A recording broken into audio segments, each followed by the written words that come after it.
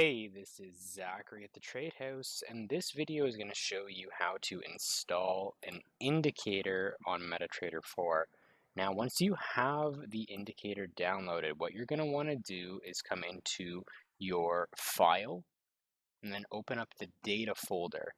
Now, it's going to pop up and it's going to have some different options. You're going to click MQL4, you're going to come into indicators, and what you're going to do is you're going to take this .mq4 file, and it may be even an ex4 file, and you're going to drag it into indicators. Now it's going to be in there, and what you're now going to do is come into view, navigator,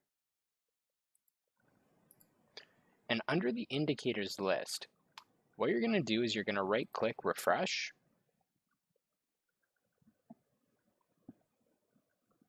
And you can see now that the new indicator has found its way there. You simply drag it onto your chart. If there were any custom settings that you had to configure, you can do that in here.